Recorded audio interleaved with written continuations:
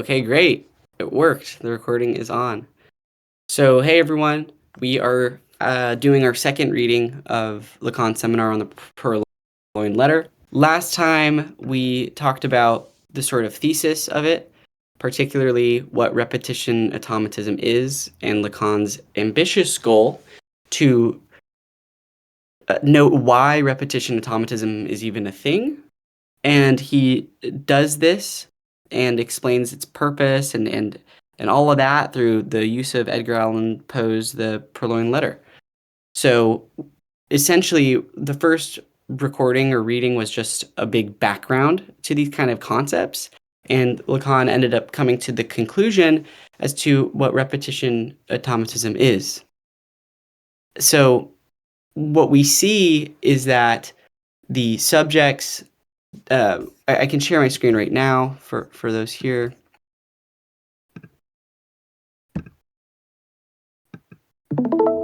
So we can see that the subject's displacement is determined by the place which a pure signifier, the Purloined Letter, comes to occupy in their trio. And that is what will confirm for us its status as repetition automatism. So we ended there last time. And right there, it's very important because we were able to see Lacan do kind of two things. The first thing is we've now explicitly defined the Purloined Letter as a pure signifier, which is a signifier without a signified, right? It's very clear here. And then the second thing is we are now seeing the subject and how the subject's displacement is very unique within this symbolic chain and how the symbolic chain is ordered. So what we learned last time is that the symbolic order has a type of structure. And this is what makes this seminar so powerful, is that the symbolic order exists and it functions and operates like that of a chain, which is a symbolic chain. So to understand things in the world, we have it in relation to other things, like a kind of chain link. So when you look at something like, I think last time we said a dog, to know what a dog is, well, you know it's not a cat, you know it's not a tree, you know it's not a Discord server. And through that chain, we start to understand and conceptualize things in the world. And that is kind of what generates meaning for us. And by looking at this chain, we have a dog, a cat, a TV, a Discord server. We get that type of meaning, but unfortunately, we don't get all meaning from it. There's something at the end of the line that's not there, and that's going to be where the lack is going to come into play. And this is what defines the subject as a split subject, which means that you can try with all of your might to define your subjectivity through language, but something is going to be missing in that explanation. So Lacan is noticing, okay, well, the symbolic order is structured like this chain. We have all of these things kind of interrelated. And specifically, the sentence before that shows that in the story of the Purloined Letter, all of the subjects are interconnected as well. There's this intersubjective repetition. We see the queen hides the letter from the king and the minister. The minister steals the letter and leaves a decoy letter behind. The minister hides the letter. The prefect of police tries to find the letter. Dupin steals the letter, leaves a decoy one behind. So there's this intersubjective repetition where all of these subjects in this story are interrelated and interconnected. And we see that through this kind of intersubjectiveness of them, the thing that is repeating over and over and over again is the fact that the letter is hidden and that the letter is stolen. So the letter represents something within this symbolic chain. So not only do you have dog, cat, tree, TV, Discord server, but you have this thing, this pure signifier, that is a signifier, but there is no signified to it. Because in the letter itself, we do not know the contents of said letter. And because we have never read the letter, and in the entire story of the Purloined Letter, we've never read what the letter is talking about, we don't know what it really is, but we know that it signifies something. So there's something in this signifying chain, this symbolic chain, that is a signifier without a signified. And the placement of the letter in this signifying chain, or the placement of the pure signifier, is what drives repetition automatism. So when an individual is repeatedly getting into relationships with people who are, emotionally not ready, or if people are repeatedly checking the locks on their doors without thinking about it, those are examples of repetition automatism, and Lacan is going to say that where the pure signifier lies within the signifying chain, that is sort of what drives repetition automatism in the subject's relationship to the pure signifier. So it's quite a fascinating and ambitious thing, and we haven't really gone fully in depth with the why to it right now. We've just sort of been given the relationship between the symbolic order and the story, and Lacan has drawn out the pure signifier in this symbolic chain. That's sort of where we're at now. I hope that, I guess not super too long, didn't read, explanation was okay. Does anyone have anything to kind of add there? Am I missing something, or can we expand on something? The king, the queen don't want the king to read the letter, right? So we have this chain of signifiers, right? We don't know the content of the letter. We just know the signifiers like Dubian, true Dubian, from Dubian to police, right? This chain of automatism, right? But I guess that what is the detached system of the system of overall signifiers, right? What is the detached signifier? And that's the question, right?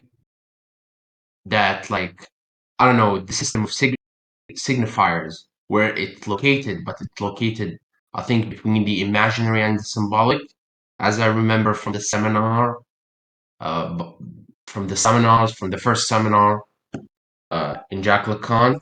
But I wish, I think I will check it out, But the system of signifiers that, or the signifiers, and some signifiers that detach from overall system of signifiers, it's existed between the imaginary and the symbolic, I think.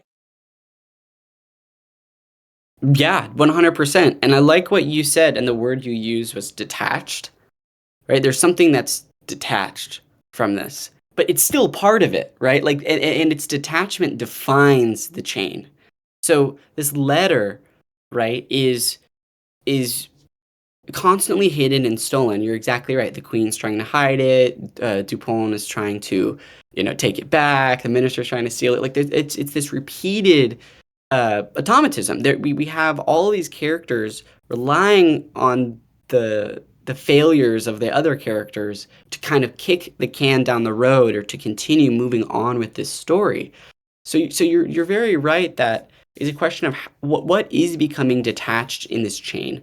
What is the placement of this pure signifier, and how does it kind of function? What does the chain look like? I mean, you're bringing up like really good points. I think too, the relationship between the imaginary and symbolic is also an interesting one, because in this seminar, Lacan is mainly focusing on the symbolic order. Like that's his big thing here. But we did note earlier on, and I'm pretty sure you were there during that time during the first reading, where we saw the relationship between the symbolic order and the imaginary being one of impregnation. I can try and let me find it. There, yeah, it was very early on, so you're definitely there. So it says, Yeah. we realize, of course, the importance of these imaginary impregnations and those partializations of the symbolic alternative, which give the symbolic chain its appearance. So when we look at the way that the symbolic chain is structured, we also have to kind of take into account the imaginary identifications we have. And I think last time when Jack was here, we were talking about like the role of like the mother, maybe. And we have this, or maybe it was like the role of the father or something along those lines. But we have this image of this parent, right? These imaginary impregnations. And the image that we have of what motherhood is, right, might give the symbolic chain the appearance that it is structured in some type of way where things are in relation to one another in a very specific context of identification. So, like we were talking about a dog and a tree and a TV, well, how this chain is structured and how we understand the structure of this chain, we can't really divorce that from imaginary identifications as well. So I think that is very interesting.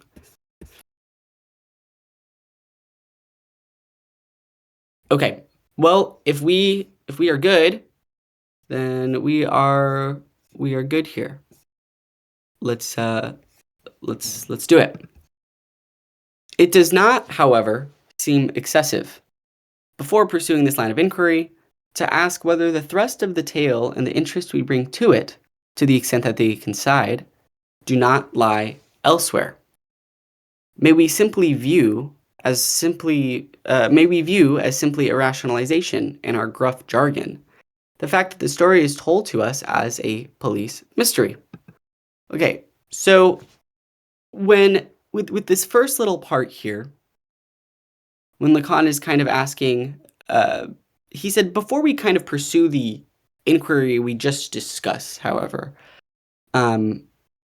we need to kind of understand the purpose. I think he's saying the purpose of the story itself. So he is saying, like, look, we can make a very interesting interpretation of the Purloined Letter to repetition automatism. We can definitely do that. But he's saying, before we kind of pursue that very in depth, we kind of have to ask ourselves, are there other interpretations to the Purloined Letter? Because right now, we kind of are looking at a little bit of a surface level interpretation. And I think Lacan is noticing that. I think he's noticing, like, yeah, we're kind of looking at the story very much like, okay, these people are interrelated. They rely on one another's actions. The letter is being stolen. It's being found, right? Like, it's a very kind of surface level interpretation. And I think he's asking, is there a deeper interpretation? And he's then moving on with this sentence about, a police mystery. He's saying that is the Purloined Letter as a police mystery just a rationalization? Are we just kind of calling it that to make it easy? So that's kind of the way that I read that there.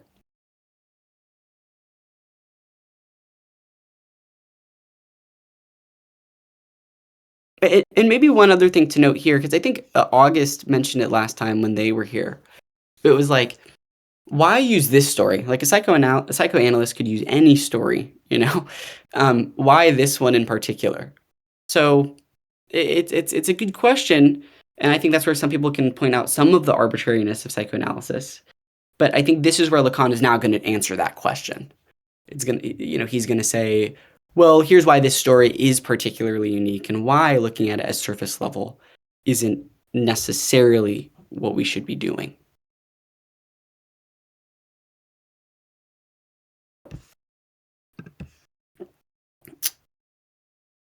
Yeah, and this police mystery portion is going to play an important role. Okay, if everyone's good with that, and you can feel free to jump in at any time, but if we're good with that, we can continue here. In truth, we should be right in judging that fact highly dubious as soon as we note that everything which warrants such mystery concerning a crime or offense, its nature and motives, instruments and execution, the procedure used to discover the author, and the means employed to convict him, is carefully eliminated here at the start of each episode. So I find this pretty interesting because, Edgar Allan Poe, I think that he is really, and we're going to see from Lacan here in a minute, he's kind of this like proto police mystery novelist. I mean, police mystery novels weren't a big thing. And I think Poe is one of the first to kind of have started the narrative of a crime happening in a book or a novel or a story, and the reader reading it and trying to figure out how to solve it. And they're following, the police or the detectives or the investigators trying to figure out the solution to the problem. I mean, those are very famous books. I mean, I don't really read police mystery novels often, but from what I've done or the research I've done because of reading this piece, it really does look like Poe is one of the first to be doing this. So I think what Lacan is saying is that when we have these police mystery novels, we usually see a few things. We see the nature and motives of something. So, like, why is a crime being committed? What's the purpose? I mean, even when we look at crime today, we see that. If there's a shooting, it's like, what's the motive, right? There always has to be something. The next thing here is instruments and execution. So, what are the things used to perform the crime? How was it? How was it done? Then it says the procedure used to discover the author. So, who actually stole it? How can we figure that out? And then finally, the conviction of getting the individual punished for their actions. So if we go through each of these, I don't fully agree with Lacan 100%, or at least maybe that's how I'm reading it. But we can go through this to see if Lacan right? Is Lacan right that are all of these things carefully eliminated? So the first thing we look at is the nature and the motives. Does anyone have an idea of why Lacan might be saying that there's like the nature and motives are eliminated in this particular story, the Purloined Letter?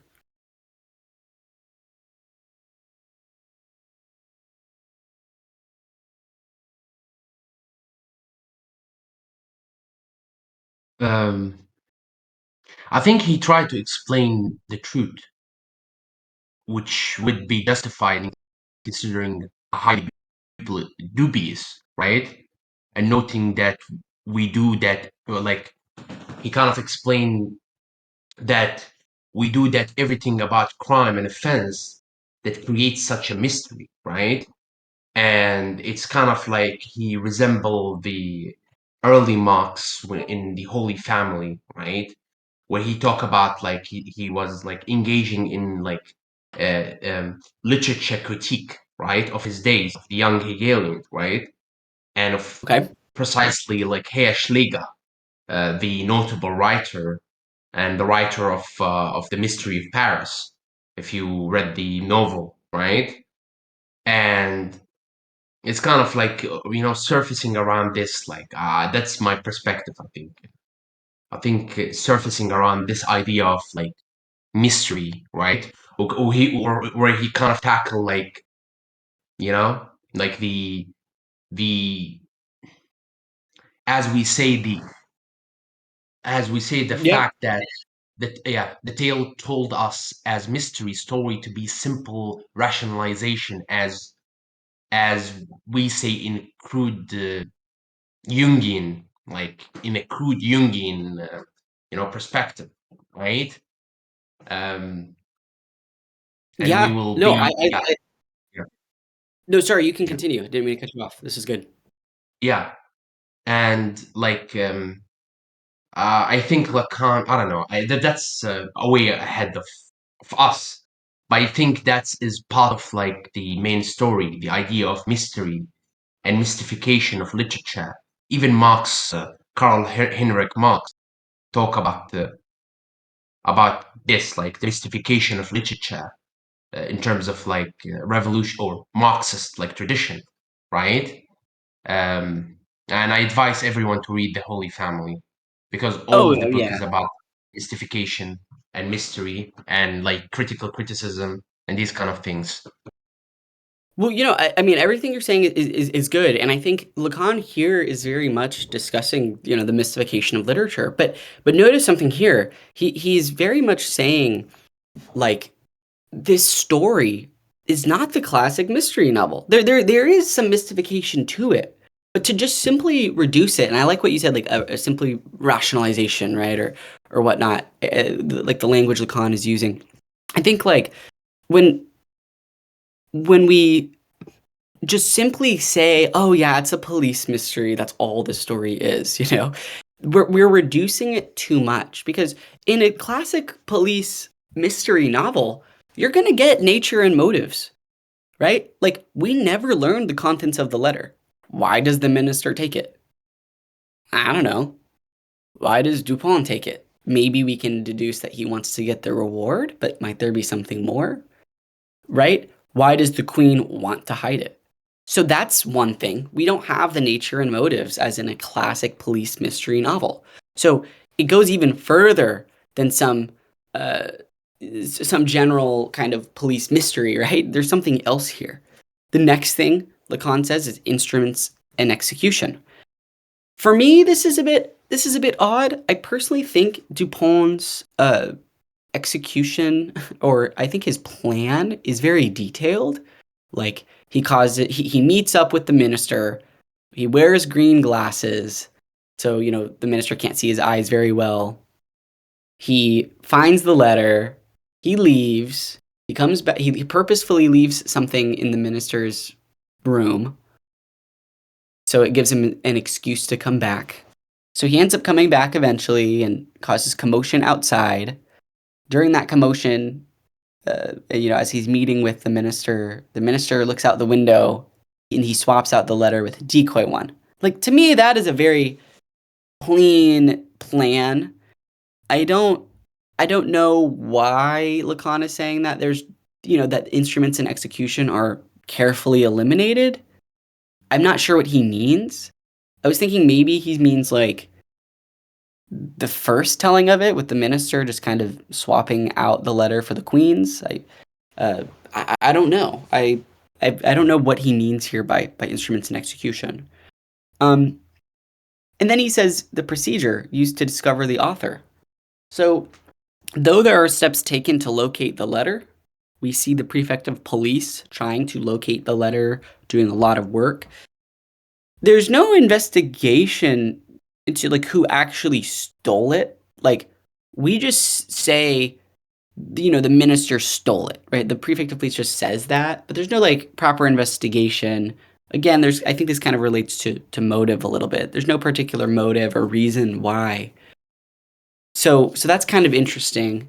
And then ultimately at the end here, dealing with the conviction, there is no conviction. The prefect takes the letter, leaves. Dupont is deemed as this, hero, kind of like this brilliant detective, and that's it. Like, that's the story. So Lacan is being very careful here, and I like what you said, Marcellus, with that kind of mystification of literature. And Lacan is going to even, say that this story is very unique with its mystification. This story is doing something really unique. Okay, let us continue to this next paragraph here. The act of deceit is, in fact, from the beginning as clearly known as the intrigues of the culprit and their effects on his victim. The problem, as exposed to us, is limited to the search for and restitution of the object of that deceit, and it seems rather intentional that the solution is already obtained when it is explained to us. Is that how we are kept in suspense? Whatever credit we may accord the conventions of a genre for provoking a specific interest in the reader, we should not forget that the Dupont tale, the second to appear, is a prototype, and that even if the genre were established in the first, it is still a little early for the author to play on a convention. It would, however, be equally excessive to reduce the whole thing to a fable, whose moral would be that in order to shield from the inquisitive eyes one of those correspondences whose secrecy is sometimes necessary to conjugal peace, it suffices to leave the crucial letters lying about on one's table, even though the meaningful side be turned face down, for that would be a hoax, which, for our part, we would never recommend anyone try, lest he be gravely disappointed in his hopes. Now this, we're cleaning up. Lacan is cleaning.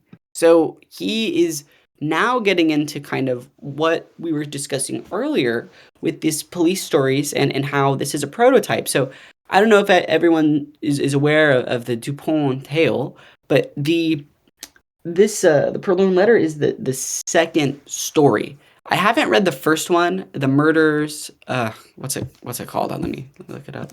The murders in Rue Morgue. Yeah, the murders in the Rue Morgue. I haven't read that one. I've always wanted to, but in the first story, Edgar Allan Poe presents Dupont there.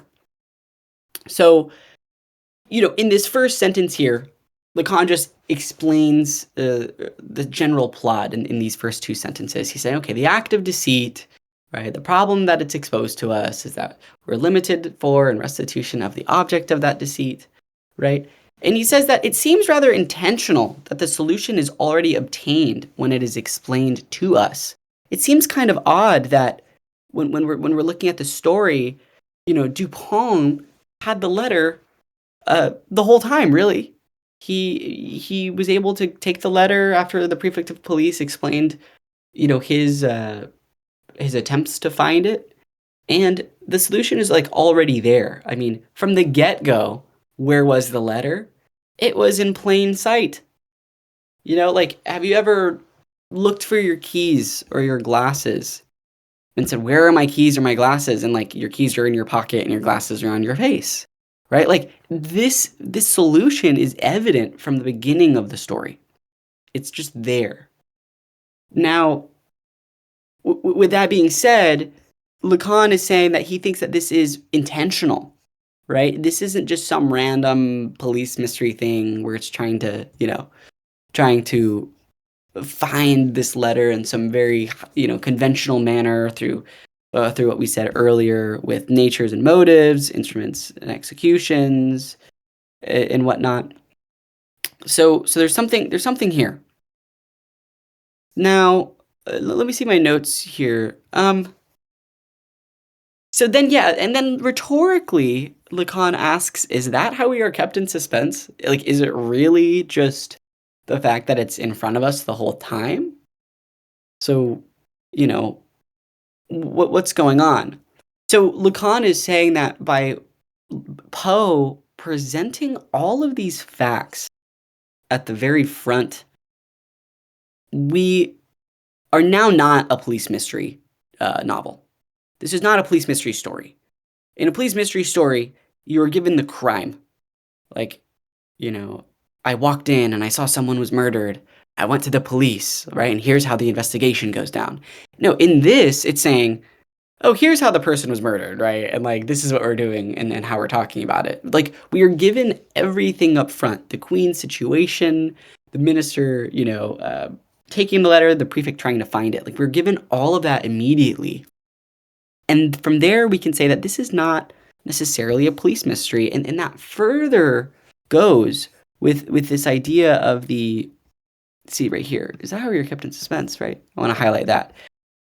And after that, we get to the kind of Lacan saying, well, to even really pin this point down, it's a prototype. This police mystery novel hasn't been very famous for a long time. So this is not something that a convention that Poe would be playing on, right? This isn't just a simple convention of the same kind of ways to tell the stories. So there's that. And then at the same time, we shouldn't look at it as we shouldn't look at this story as a sophisticated police mystery, but we also shouldn't look at it like what? Like a fable or a fairy tale to just kind of conclude a very simple, moral interpretation, that says something that overcomplicating searches of things, is unnecessary. So it's an interesting take that Lacan's doing here, and it's kind of interesting how much how much time that he's spending to try and prove that this story is very unique. I don't know. I just find that interesting. Does anyone have any thoughts on that, or do we think he's doing too much? it's interesting that he kind of prescribed a prototype, right? Because it's not like about like maybe it's not about like crime mystery. Maybe it's about science fiction, right? Maybe it's about science fiction also, right? Uh, Maybe it's a speculative like Lacan trying to do a speculative literature as Marx talked about, right? Speculative like idealism, right? True Yeah. literature. So yeah, You know, I really like that. It's like interpreting this completely differently, like science fiction, right? Or like interpreting this in a completely different way. And through that too, Marcellus, I mean, it means that we're able to kind of have different interpretations of the text. Like, and I know that there's no reason we have to believe this, but maybe Dupont was working with the minister and they ended up splitting the fat paycheck from, the prefect of police. Like I'm not saying that that's how we should interpret it, right? But it gives us the opportunity to open up this text in a very unique way. And I think with Lacan doing this, we are going to see a lot of the symbolic order uh, coming into play. All right, let's continue here. Might there be no mystery other than concerning the prefect, an incompetence issuing in failure, were it not perhaps concerning Dupin? A certain dissonance we hesitate to acknowledge between, on the one hand, the admittedly penetrating, though in their generality not always quite relevant, remarks with which he introduces us to his method, on the other, the manner in which he in fact intervenes. So this is just like a very convoluted sentence here. So what Lacan is saying is that the true mystery of the story, the way we might read it, is that we might read this as the mystery is the prefix incompetence, right? Like the mystery being the prefix incompetence. Like how could the prefect take all of these microscopes and how could he have a whole fleet of people, a whole team, and not find something that's just so simple to find? Right? They gridded out the entire premises. They searched from top to bottom. They searched the walls. They did everything, and they couldn't find something that was just right in front of them. The letter that was right in front of them. So Lacan is saying that it's maybe the true mystery is just not the fact that the prefect failed to recover the letter. What if the mystery is in the method of Dupont? What if the mystery is there? And he kind of gives these two things, like on one hand, kind of on the other hand. So, when we look at Dupont's comments, he does kind of give a little bit of a vague approach, I guess, according to Lacan, like a certain dissonance, maybe a generality to searching for this letter. So I guess to retrieving the letter, Lacan is saying maybe that there's some level of vagueness. Kind of Dupont is making it seem very simple. Like, oh yeah, I just went up to the apartment, I found the letter, then I got the letter, So maybe there for Lacan is a kind of dissonance or inconsistency, maybe, between Dupont's explanation of the plan and how he maybe carried it out. Again, I'm not sure exactly what Lacan is trying to get at here. I don't know why he's saying that the mystery lies in Dupont's method completely. I mean, maybe, and this is kind of the biggest thing I can come up with, and I don't know if anyone agrees or disagrees, but maybe the kind of mystery is like Dupont is so brilliant in these stories, yet his brilliance is aligned with just something so simple, right? Like we take Dupont to be some genius, some mastermind. Like the police is trying to get advice from him, like the prefect of police is trying to get some advice. Like everyone's asking him repeatedly, like, what do I do? What do I do? So he seems to be so brilliant, but then that he's finding the letter in plain sight. I mean, that to me is the mystery that Lacan is drawing from. I think so. I think that's what Lacan is getting at. Which is why I think that Lacan is saying something's inconsistent here. I don't know if that interpretation is correct or if anyone has anything to add there, but that's kind of what I'm thinking, maybe. Noah, when I say to you, I am lying to you, right? When I'm Yeah. saying I'm lying to you, right? I'm expressing truth through this lying, right? Hmm. I don't know Right? what you mean. I'm Like, saying I'm lying to you, right? oh, Now, yes, when you're telling me, yeah, you're lying. Yeah, right. yeah, I'm expressing truth through this lie. Does that make sense? Yeah, no, that makes sense. I mean, it's it's yeah, no, that's interesting. I mean, that kind of also shows too, like the way that language can play a large role in mystery too. I mean, especially when we get to gosh, there's some point later on where they say right here, and you brought that up right here. Why are you lying to me? Yes. Why do you lie to me saying you're going to this place? So I should believe that you're going to that place when in reality you're going to this place. Like those statements make it so language is kind of an imperfect modality to try and get meaning or to be a meaning making thing. So you bring up a very great point there, and I love it. Homomorphism, yeah, they like search the furniture, they tear it apart. You know, poor minister. Like, what if he didn't even have the letter? You know, like I'm pretty sure some rights are being violated in this story, but you know, that's not Lacan's concern. So, yeah, I think that this all is making sense, and I think, you know, Marcellus, I think we're agreeing there on the question of maybe Dupin's method and how he uh, and the kind of character that he is, his brilliance. It seems like they don't align, right? And I think that's what Lacan is getting at. Okay. Were we to pursue, let's continue. Were we to pursue, sorry, let me try again. Were we to pursue the sense of mystification a bit further, we might soon begin to wonder whether, from that initial scene, which only the rank of the protagonist saves from vaudeville, to the fall into ridicule, which seems to await the minister at the end, it is not this impression that everyone is being duped, which makes for our pleasure. So, what he's getting at is that if we continue to interpret the story, we might kind of question whether this initial scene here with the queen, the king, the minister, that initial scene, does it resemble something uh, vaudeville, right? I didn't look at how to pronounce it. I'm pretty sure that's what it is, but I could be wrong.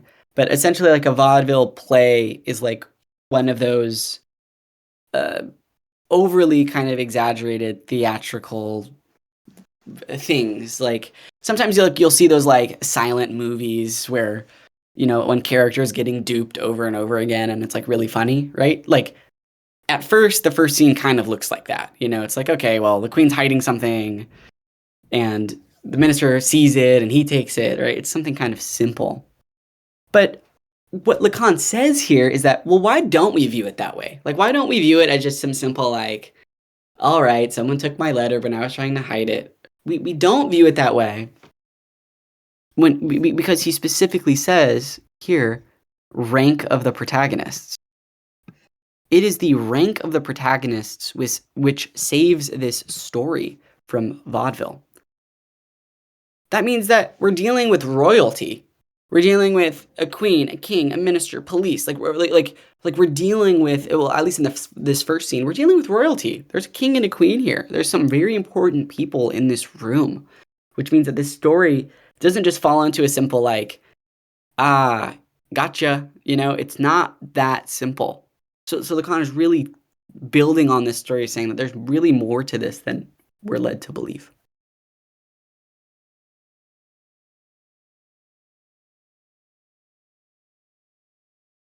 And to kind of conclude this here, to conclude this line of thinking, let's just read this next part. And we would be all the more inclined to think so, in that we would recognize in that surmise, along with those of you who read us, the definition we once gave in passing of the modern hero, whom ludicrous exploits exalt in circumstances of utter confusion. So Lacan here, along with those of you who read us, he's definitely referring to kind of readers familiar with the psychoanalytic literature or way of thinking about things. So Lacan is saying, if we continue with everything that we've been saying, we might, and especially if you have read other psychoanalytic stuff. So he says, along with those of you who read us. So I'm assuming there's other psychoanalytic stuff, maybe about archetypes. I don't want to get like too young here because that's not what Lacan is doing. But maybe there's something akin to that Jungian way. where maybe we might be able to recognize Dupont as a modern hero, right? Like, think about Superman as maybe a modern hero. When we look at Superman, his actions are, incredibly grandiose. It's like Buddy's stopping like a car that's or a train that's about to like hit an orphanage, like with his like pure brute strength. Dupont is not doing that. He is very much just saying like, open your eyes a little bit, and that's it. So it's kind of interesting that he's calling Dupont a hero here, amidst all of this confusion and chaos, right? Like, look at this here: whom ludicrous exploits exalt in circumstances of utter confusion. It's like when all else fails, when we are confused, where is the letter? Dupont rises through the ashes, of like the fallen prefect, So it's kind of interesting, but then this sentence after this is where it gets a bit interesting because are we the ones now getting tricked? Is Dupont really this hero as Lacan is isolating? So when we ask this question, and then we can kind of talk about it. When we ask this question, now we can think about, are we the ones getting tricked as the reader? But are we ourselves not taken in by the imposing presence of the amateur detective, prototype of the latter-day swashbuckler, as yet safe from the insipidity of our contemporary Superman? Whew, there's a lot here. He's literally pointing out Dupont as an amateur. He's saying it is a prototype of a latter-day swashbuckler. The latter-day swashbuckler just means usually the kind of the think of like an adventure story, but like the romantic kind of hero. I mean, the first person I think of is like Indiana kind of Jones, right? Like he has a little riz, he's like going on all these adventures. Like that is what Dupont is like a prototype of, right? Like he's kind of this detective guy, but he also doesn't have. I mean, he has some level of like charisma and whatnot, but he's not all that, right? I think, in fact, Dupont's charisma probably outshines his methods, honestly. I mean, just the fact that he's like very well spoken. I mean, when we think of Dupont, we do think of a very good looking guy, right? So really he's a prototype of this, right? He's not, remember, Poe's writing at a very certain period of time where police mystery novels and these latter day or swashbucklers are not the kind of typical person we're seeing. So that's kind of interesting, but are we being tricked here? Like, are we looking at DuPont Vaudeville? Sorry, I literally just saw the chat right now. Vaudeville, thank you, homomorphism. Vaudeville. Now, are we looking at Superman as, we look at Superman as a super chiseled dude, super strong and whatnot. Now, clearly DuPont is not that, but the way we're kind of looking at him in the story, he might be. I mean, I don't know. If you all read the story, do you all kind of look at Dupont in that way? Should we be looking at him in that way, or is Lacan giving too much credence, I guess, to the idea that Dupont is some hero? We we don't we should not look to individuals as in the self law of the heart and self-deceit, right? Because other people have their own the other, which is other law of the heart and self-deceit, right? And maybe they have their own law and they look to the way of the world in different lens from us, right? Or maybe we become the way of the world, like the priests and the kings and we have our own our own law, right, of the heart, and we kind of like be the new kind of villain to the other, or kind of put it in a speculative thing, speculative, uh, construction. Yeah, But interesting. So you bring yeah, up like a thing here, yeah. the other, we have to not like be, we have to not like, we have to give signification even to the other, right? because the other is also the other to the individual in itself, which makes the other also to another individual, which have its own laws of the heart, right? Put it simply, Hegel put it simply as that. Yeah. So the deceptive, or these things, are we deceived by it?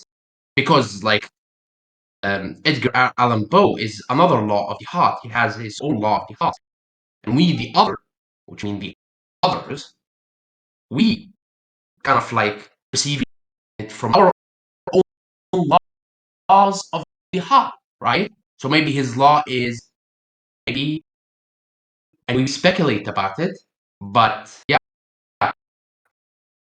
we speculate about it, right? Yeah, no. And Yeah, maybe and you know, a guy who we, yeah, yeah, no, I like what you're saying maybe a about guy. like how we Mm, we speculate on Poe's work. Like Poe has a very clear kind of, maybe interpretation for himself, right? There's a certain way that he's telling the story. There's a certain thing that he might be even wanting readers to take from it, right? Like you're exactly right. And us as the readers, I mean, it's very interesting. I mean, from Poe's perspective, is like the reader or the other, right? Like you're bringing up some good points here. About yeah. reading this as like speculative fiction, right? I mean, that's good. That's good stuff. Mm. Yeah, that's great stuff, Marcellus. Sorry if I cut you off. I didn't mean to. I think the internet was just being a little weird on my end, but I think I love everything you're saying. Yeah, let's proceed. Let's proceed this madness. The fun is over. The fun Okay. is over, guys. Okay. Yeah, right. Right. Um, okay, let's do it. A trick sufficient for us to discern in this tale, on the contrary, so perfect a verisimilitude that it may be said that truth here reveals its fictive arrangement. For such indeed is the direction in which the principles of that verisimilitude lead us. Entering into its strategy, we indeed perceive a new drama we may call complementary to the first, insofar as the latter was what is termed a play without words, whereas the interest of the second plays on the properties of speech. So I read both of these at once because I think both of them are going to help here. So let's start with this trick here. Okay.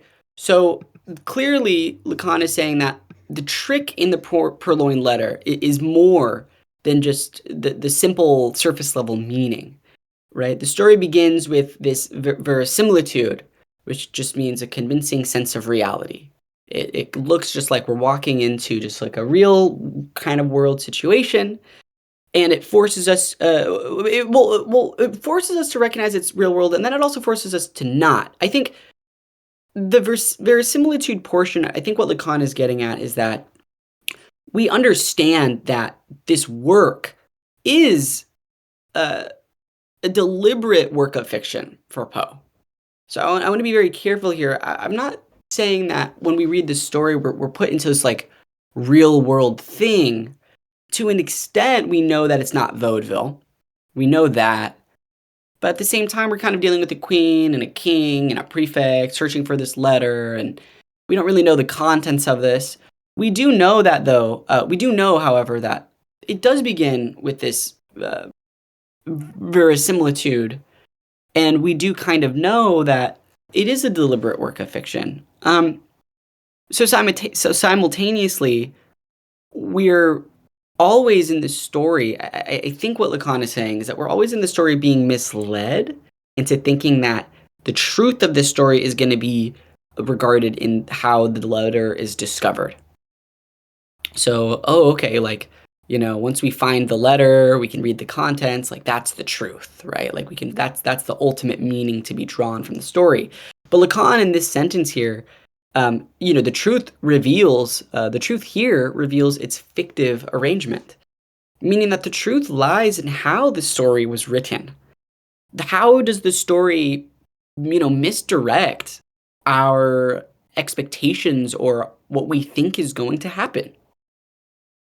Clearly we think, oh, the police might find it. They might search again. They might find it, right? Like, yet over and over again, we're not seeing that. So we're kind of just thrown off course from what we normally are thinking. At least when I was reading it, the story, like Dupont takes the letter out of like, his bin or his dresser right behind him. It's like, come on, you don't expect that. So when we're reading the story, Lacan is very much getting at that truth, in a way, is fictive arrangement, or rather, truth is not something that's very objective. It's not this clear thing. It's how this story has been continually unfolded. And then when we get to this section here, what is the direction that this story is leading us? And he's saying that there's a new drama being present. And I really like what Lacan is doing here, because he's saying that, okay, this verisimilitude, because it's not vaudeville, because Poe is writing in this certain direction, there is a deeper interpretation. And then he says through this deeper interpretation, we can get a new drama. So this can get a little weird, but he does say that the first revolves around a play without words. The second involves on the focuses on or revolves on the properties of speech. So the first element of the story is the play without words. We don't need the words. We see that it's physical actions. The queen receives the letter. She reads the letter. She gets stressed out by the fact that the letter exists.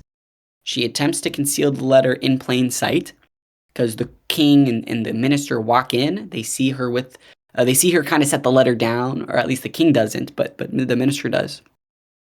And she's purposefully trying to not bring attention to it. Like, if I have some really incriminating evidence and I place it right in front of me on the table, you might not think anything because you might think I'm just placing something random on the table, right?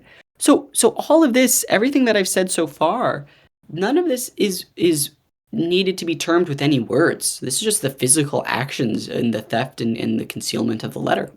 But the second drama focuses on properties of speech. So this is, Dupont's dialogue, right? So, yeah, I wonder what this new drama is going to be.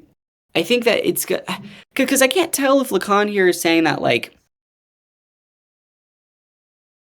here, like, entering into a strategy, we indeed perceive a new drama that's complementary to the first.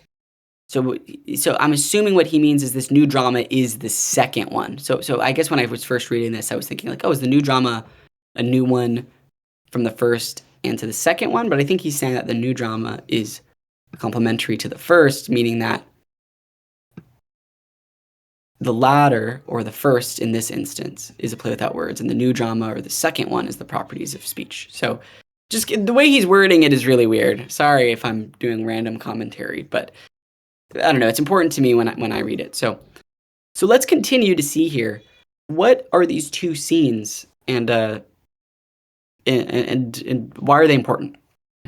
So, if it is indeed clear that each of the two scenes of the real drama is narrated in the course of a different dialogue, it is only through access to those notions set forth in our teaching that one may recognize that it is not thus simply to augment the charm of the exposition, but that the dialogues themselves, in the opposite use they make of the powers of speech, take on a tension which makes of them a different drama, one which our vocabulary will distinguish from the first as persisting in the symbolic order. The first dialogue between the prefect of police and Dupont is played as between a deaf man and one who hears. That is, it presents the real complexity of what is ordinarily simplified with the most confused results in the notion of communication. And then I'm going to read this one as well. This example demonstrates indeed how an act of communication may give the impression at which theorists too often stop, of allowing in its transmission but a single meaning, as though the highly significant commentary into which he who understands integrates it could, because unperceived by him who does not understand, be considered null. So there's a lot going on here. Opening up my notes now. So let's see here. So we have... So clearly we isolated before that, yes, there are two scenes of this kind of drama. We have the first scene, the play without words, the second scene being the property of speech. Yet at the same time, there is a kind of course of different dialogues. And again, I think the dialogue here is not necessarily some intense form of speech, but how these kind of concepts are conveyed. And he also might be thinking about dialogue a little bit too in the way that Poe is writing. So there's a lot going on here. I think clearly the way that Poe is writing this first drama, he's purposefully writing about physical actions and the physical theft and concealment of the letter.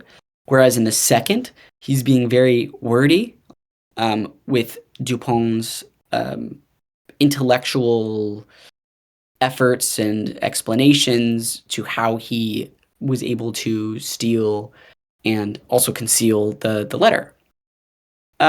So Lacan points out that this structure here, this quote unquote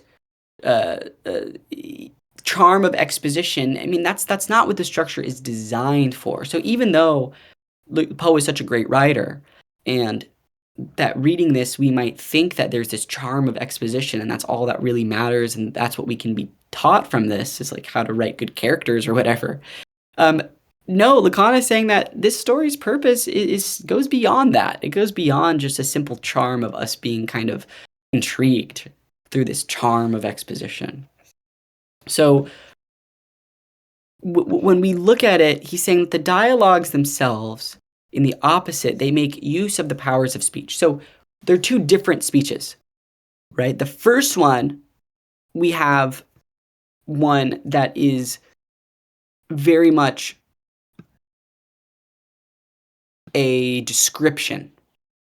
So when we see the dialogues here, the first dialogue between the prefect of police and Dupont, we're seeing a lot of kind of physical acts being explained here. The deaf man is obviously the prefect because he's not listening. Dupont makes a lot of kind of jabs at the prefect, and the prefect doesn't notice. So with that, clearly we have a quote unquote deaf man, and we have the man who kind of who does hear what's going on. And all of that first dialogue it's very much descriptive rather than interpretive, which kind of creates a tension here, and that means that there's almost this new drama that is rising, or that at least kind of persists in the symbolic order. We have this tension between this descriptive first scene or this descriptive first dialogue, and then we have this more of an interpretive second scene or interpretive second, dialogue here. So it is kind of interesting. I think this last sentence here I find important. That is, it presents the real complexity of what is ordinarily simplified with the most confused results in the notion of communication. I highlighted this one myself in my notes because I think Lacan is very much showing that the real complexity of this, it's not the fact that, the prefect of police can't find it, but rather it's how confusion arises through the dialogue, right? It's how he's critiquing this idea of a utopian way to communicate, right? Even though the prefect of police listened to everything Dupont was saying, he didn't understand the underlying meaning. He didn't understand the deeper meaning of what Dupont was getting at. And because of that, he could not find the letter. So communication is more than listening and speaking. We're getting a little further now. It's something dealing with some underlying meaning. And with this point, Lacan goes on to say this example demonstrates blah, blah, blah. So what he's saying is that many of us, and including theorists, right? He literally points out many theorists stopping,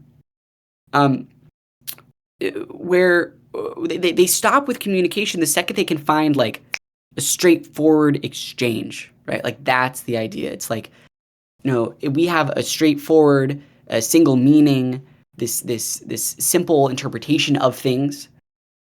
Like, I'm good. That's all that matters. And I now understand all of philosophy because I have this way to talk about it. But Lacan is saying, okay, this is a very reductive view because, when we look at Dupont, we see that it's not, it's he who understands integrates it.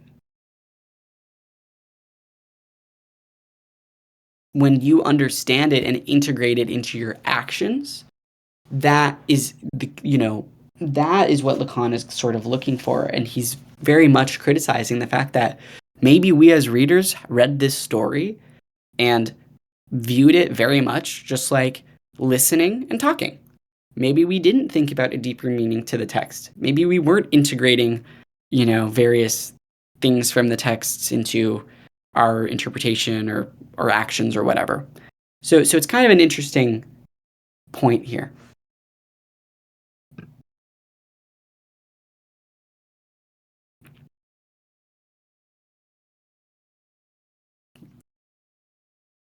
I don't know if anyone has comments on this here.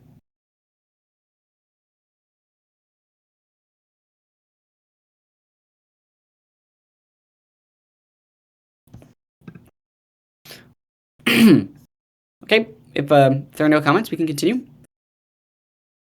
It remains that if only the dialogue's meaning as a report is retained, its verisimilitude may appear to depend on a guarantee of exactitude.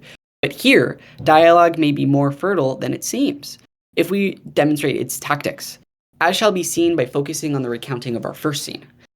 For the double and even triple subjective filter through which that scene comes to us, a narration by Dupont's friend, an associate, henceforth to be called the general narrator of the story, of the account by which the prefect reveals to Dupont the report the Queen gave him, is not merely the consequence of a fortuitous arrangement. So what Lacan is saying is that if we purely interpret the dialogue as a report to be retained, then we are kind of erroneously interpreting it, because it's not just some kind of set of given facts that we're looking at, but rather there's some interpretive thing happening with the story. And, Lacan is kind of repeating himself here. He's saying that there is a dialogue in the story that can be understood if we move past this surface level reading. But he does a little bit here talk about kind of tactics used in the dialogue. What are the tactics that Poe is employing, or that the characters in the story are employing? And he isolates the first scene in particular. So he says that this first scene, and the last discussion we had, we talked about how maybe that's primary and secondary repression. We talked about, how the first scene is kind of setting up the foundation for there to be interpretation in a way. So he's focusing here on the first scene. He's saying that there is maybe this double and even triple subjective filter or lens, meaning that multiple perspectives are told to the reader. We have the narrator talking to us, and the narrator is talking to us about a conversation between Dupont and the narrator with the prefect of police, and the prefect is discussing the information that he heard from the Queen. Like, this is kind of like third-hand information. So the narrator is not directly conveying the events as they happen. So notice, this is not just a simple retelling of facts, but rather it's kind of a retelling of perspectives. So that's kind of something important to note here, that we're not just dealing with like a simple, facts-based thing. It's very much about, so it's not the consequence of a fortuitous arrangement. We're not saying that this is arranged in this very easy telling way, but rather, or a factual kind of way. Rather, it's a question of this double and even triple subjective filter. And remember, Lacan is drawing from his earlier statements about the intersubjective modulus, or this intersubjectivity between all of these subjects, how they are all interrelated. In the same way that with the symbolic chain, everything is interrelated. To know what a dog is or to know what a cat is, we know what everything else is in order to say that dog is not those things. So everything's interconnected here to some extent. Any comments there or anything? I must make like some kind of like disclaimer that when Lacan talking about subjectivity and singularity, he doesn't mean the individual as individuality, right? He means something else, right? subjectivity is something that is like the way that, like, how can I say it? The singularity is the way that, like, a think about it as the point, as in physics, right? Where you have the point where everything, like, every force is coming, like, differently, right? In physical term, right? That's the singularity. And the subjectivity is not like individuality. No, it's something else. It's related to the mode of unconscious, right? Or unconscious subject, right? So he doesn't talk about individual. That's my disclaimer here. Thank you, Marcellus. I completely agree. And I think sometimes, sometimes when talking about these things, those disclaimers are just very much needed. And I think it was needed here because when I'm referring to subjects, there's a lot of things we could be kind of referring to, right? Yeah, like you can be referring to like areas of discipline. You could be referring to the characters, right, as like a subject, or just like the subject in the context of subjectivity. So and on top of that, the different types of how people conceptualize subjectivity. So I'm really happy you brought that up because in this story, when we're talking about the subject, we are very much not talking about, you're right. In semantics matter here, we're not talking about Dupont, right? Like that's what we're talking about, that subject. We're talking about how the subject is arising in a way along or through this intersubjective modulus. And this, I mean, this is a Deleuze and Guattari discord. We all know that. I'm assuming all of us have some interest in D&G here. Now, for Deleuze and Guattari, the subject is produced alongside desiring machines. The subject is not a Cartesian subject. It is a group subject. And in a way, Lacan is doing some similar stuff here, right? A lot of people will have that really misguided interpretation that's like, oh, like screw Lacan, he didn't do anything right, But D&G are very much drawing from Lacan here. And that's why we're reading this. It's because in 1.5, chapter 1.5 of Anti-Oedipus, D&G reference the Purloined Letter in the context of the disjunctive synthesis. So that's why we are reading this. So subjectivity is important here. And I think that your disclaimer is incredibly important. But what do you think here, though, Marcellus? It says the double and even triple subjective filter. I mean, we're not talking singular here.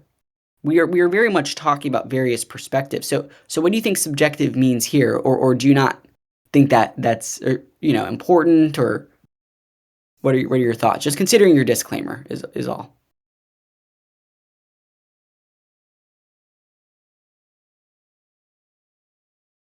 And yeah, no worries. I mean, I think your disclaimer is also enough. I think, Lacan is writing very carefully here. So, Sorry, I was texting my friend. So what are you trying to oh, no say? worries. Yeah. Yeah. So what are you trying to say? Oh, I was saying, like, I think you pointing out subjectivity is important.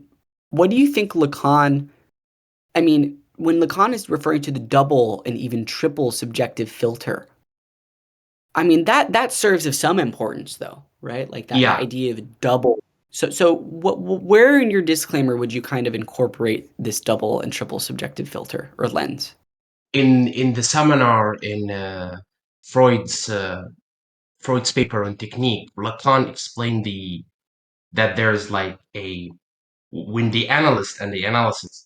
So the analysis are most Lacanian analysis that, like, practice Lacanian psychoanalysis. I'm not aware of them, but like they kind of keep themselves silent, right?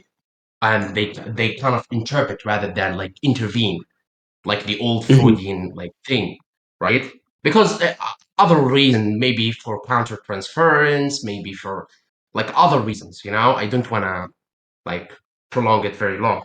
But when kind of like there's a when the analysant, allowed like speak, right? Allow him to speak, to tell whatever he like, right?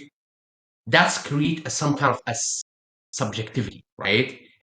Some kind of a third term in Hegelian terminology, a third term of recognition, which is a third subjectivity that is not pertain to the analysis and not pertain to the analyst, sorry, and not pertain to the analyst, right? It's kind of like a crowd, right? Separate between them in the analytical experience or in the analytical um, room, right? It's kind of there's a silent crowd, right? A third person, right? Mm. So that's what Lacan talking about. He talking about specifically in the technique of psychoanalysis, right? In Freud, the paper on technique, I advise everyone in seminar one, where he kind of by Alan Badair, where he kind of like say that like the relation between the analyst and the analysand is just a relation like that, like of communication, and you allow the analysand, sorry, to speak, right? To speak whatever he liked, right? Or to speak and not ask questions, right? And you, as an analyst, you listen and you intervene. There's like a customs for intervention, not in a Freudian like sense, right? Not like intervening willy nilly. There's the moments where you intervene, right? What are the moments in Lacanian psychoanalysis where you compel to intervene? That's the question here. And when you have the rising of subjectivity, which is between the dialectic in Hegelian sense between the analyst and the analysand. That's the question. That's an interesting question, right? That's fantastic. I mean, I love how you're tying this back to just the practice of what Lacan is doing. I mean, like when we are and everything you're saying is just really great. I mean, the idea that I mean, we're dealing more with Lacan, we're dealing more with interpretation. And the question for Lacan is, yeah, when does that intervention happen? And how are we able to interpret? And Lacan, as we just noted earlier, says, many of these theorists often stop at what? At allowing a full kind of in-depth analysis, right? It's just once we focus on the statement, that's it. We already know it. It's GG. The statement is very simple. You have this type of relationship with your parent, and that's it. It's over, right? I think Lacan is very much focused on really this interpretive practice of going in depth. What is the analysand, really kind of meaning here, rather than some surface Mhm. level reading. And furthermore, when we're looking at recounting the first scene, right? Think about primary repression for a moment. When we look at the subject of psychoanalysis, when we look at when you have the analysand telling and talking about their anxieties or whatever, when we recount that first moment of primary or primal repression, I mean, we're doing so with a double or triple subjective lens, right? Like we're learning about this not as always a firsthand thing, because with what Lacan is getting at, I mean, this is all very much intersubjective. So even like Lacan is recognizing that even the analyst is not going to uh, fully understand or conceptualize what their patient has gone through, right? So there's various filters by which we are understanding repression or understanding this first scene. Whereas I think the second scene is going to be a little bit different. Um, Yeah. this, And I mean that. another thing is that this is what Lacan talking about in this sentence is the in a clinical setting, right? Where there is a meeting between the analyst and the analyst, right? And there's where the analyst, sorry, profess his transference, his desire onto the analyst, right? And like it profess his object, he make the analyst the object of love and hate. By making the analyst the object of love and hate, he can transport this to a third object or kind of a third thing, right? let's call thing, like, right? A like, triple like a new subject. drama, like a Yeah, a so, new drama. yeah, Yeah. like that. I mean, that's fantastic here. I mean, that's great stuff. And yeah, I mean, that's the interesting thing. I mean, you have the patient's perspective, you have the analyst perspective, and then you have the kind of interpretation and the transmission of communication from the analyst to the analysand, right? And we see that they're interconnected here in some way. But remember, through language, I mean, this is just what it's coming down to. Through language, we're not going to get that full-on meaning, right? We're not going to fully be able to understand the other, right? I mean, and that's why this story is so fascinating. I mean, we're using these two scenes, the laying out of what's happening, and then how Dupont explains his brilliant method. And that is very much applied to the practice of psychoanalysis and specifically the symbolic chain here, right? And that's what we're focusing on. I mean, yeah, really, really good stuff here. And I think the also reason why the symbolic chain is important here is remember, this is very much a filter. And this filter is language. I mean, these are words written on the page that we're reading. So I really love everything here, Marcellus. I think we're good to move on if no one else has anything to say. Okay. If indeed the extremity to which the original narrator is reduced precludes her altering of any of the events, it would be wrong to believe that the prefect is empowered to lend her his voice, in this case only by that lack of imagination on which he has, dare we say, the patent. To continue, the fact that the message is thus retransmitted assures us of what may be, well, I'm going to start that one over. The fact that the message is thus retransmitted assures us of what may by no means be taken for granted, that it belongs to the dimension of language. Okay, we have good stuff here. Now, welcome to whoever just joined. So we have some good stuff here. Let's talk about like what this patent means here as well. So if indeed the extremity to which the original narrator, so this is going to be the events narrated sort of by the queen. That's why it says it's reduced precludes her altering any of events. But the idea is that it would be it would be wrong or foolish here to believe or to assume that that the prefect of police can quote unquote lend her his voice, or we can't say that the prefect is going to be retelling these events in the exact same manner that the queen can, with the exact same level of articulation.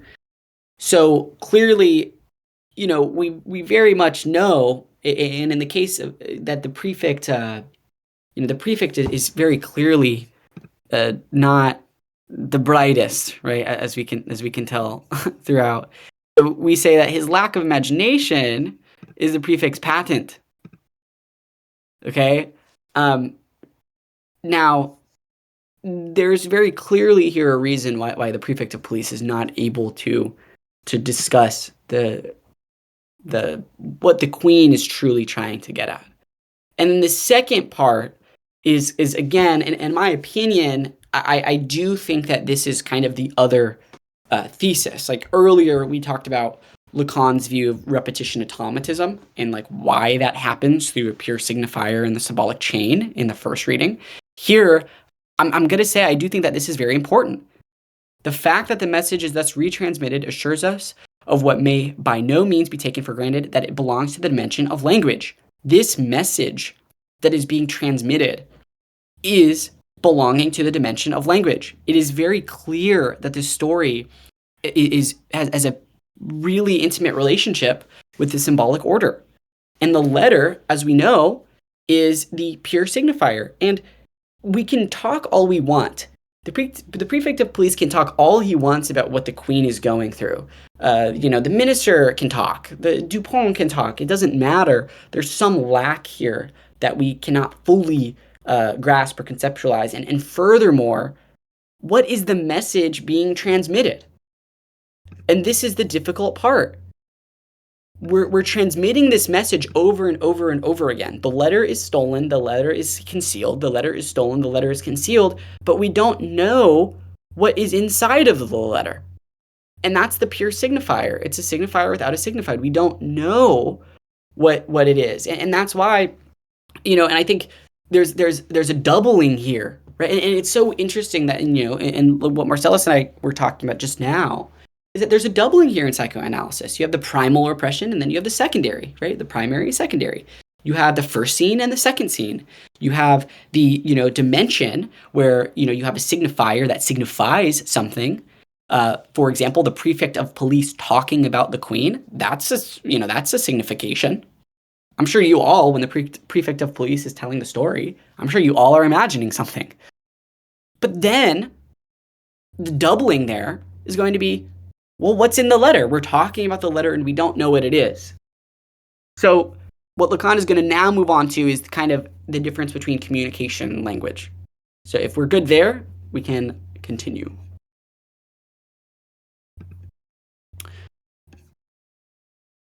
Those who are here know our remarks on the subject, specifically those illustrated by the counter case of the so-called language of bees, in which a linguist can see only a simple signaling of the location of objects. In other words, only an imaginary function more differentiated than others. We're going to continue a little bit more here. We emphasize that such a form of communication is not absent in man. However, evanescent a naturally given object may be for him, split as it is in its submission to symbols. Something equivalent may no doubt be grasped in the communion established between two persons in their hatred of a common object, except the meeting is possible only over a single object, defined by those traits in the individual each of the two resists.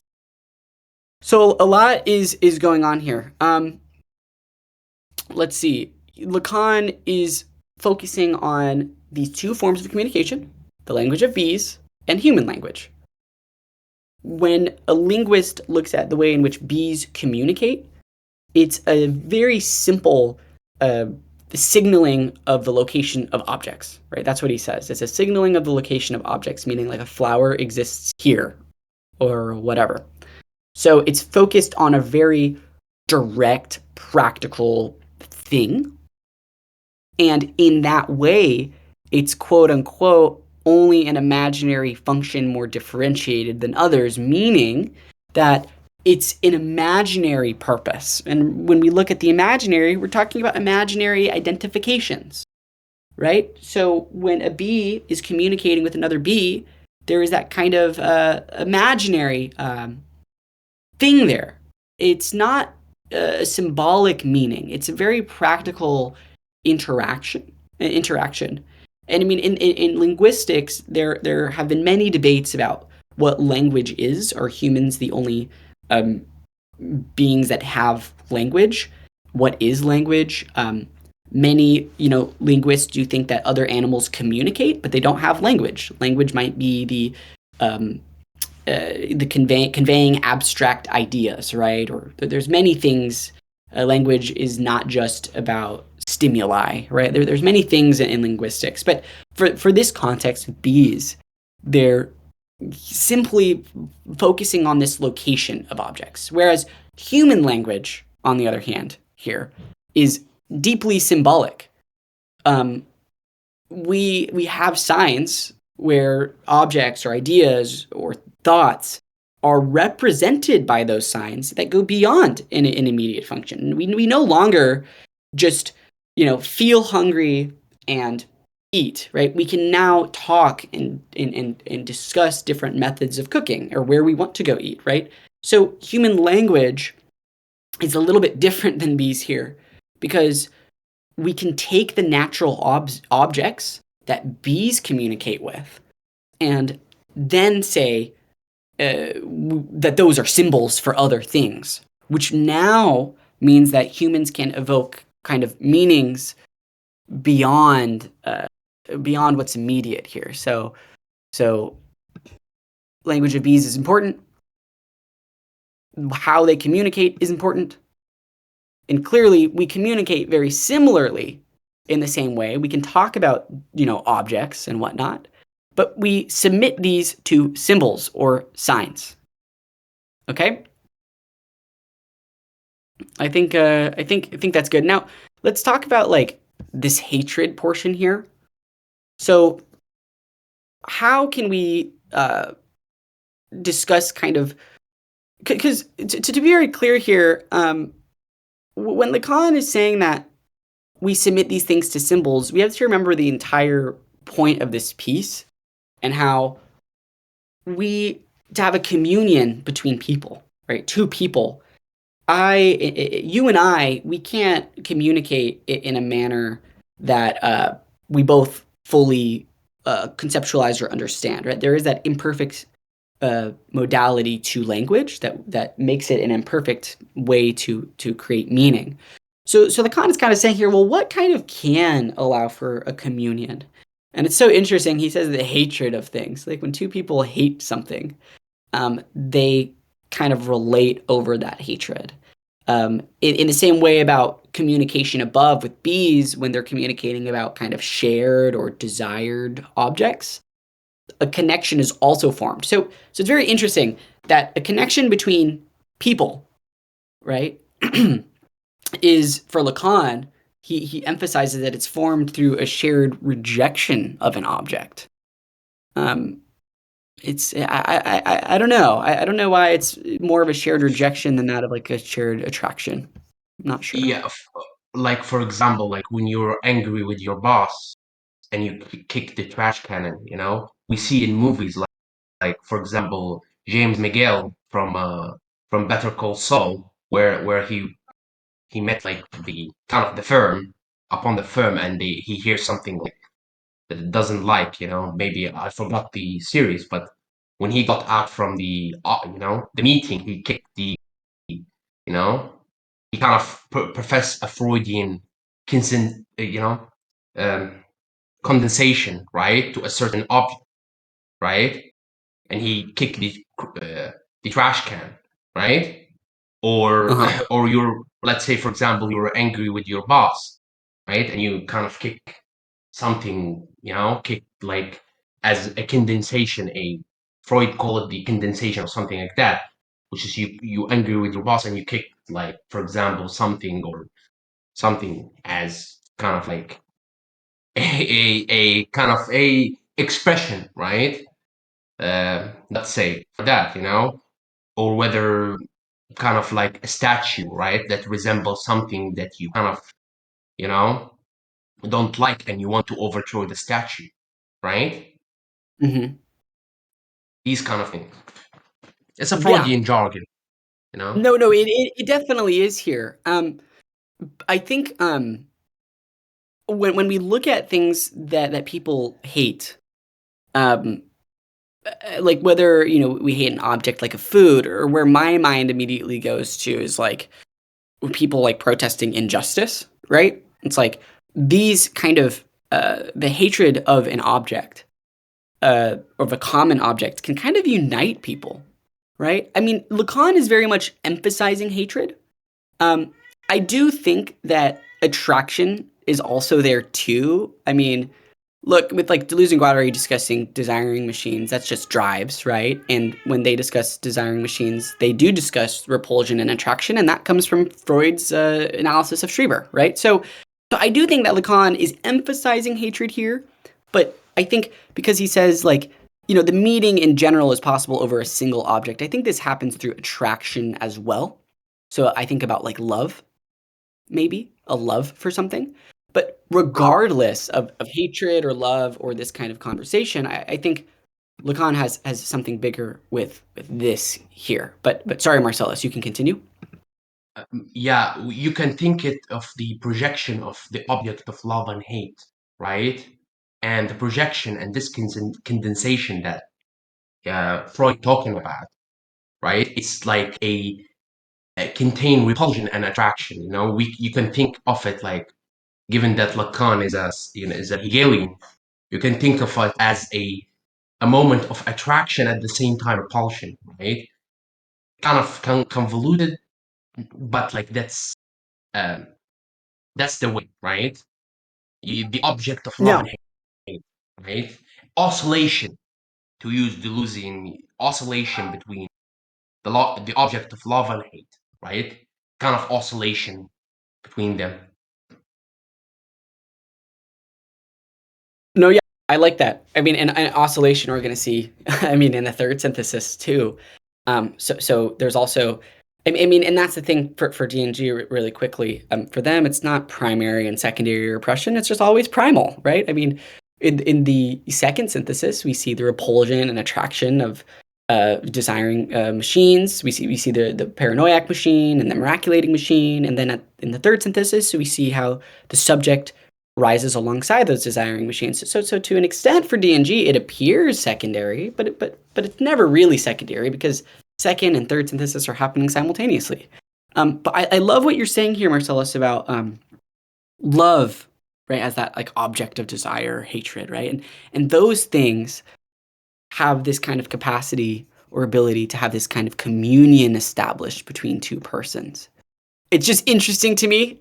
All I'm going to say is it's just interesting. I think that Lacan is, very emphasizing hatred here, but um, but I don't know. I think he's I think he's doing this in a way right here.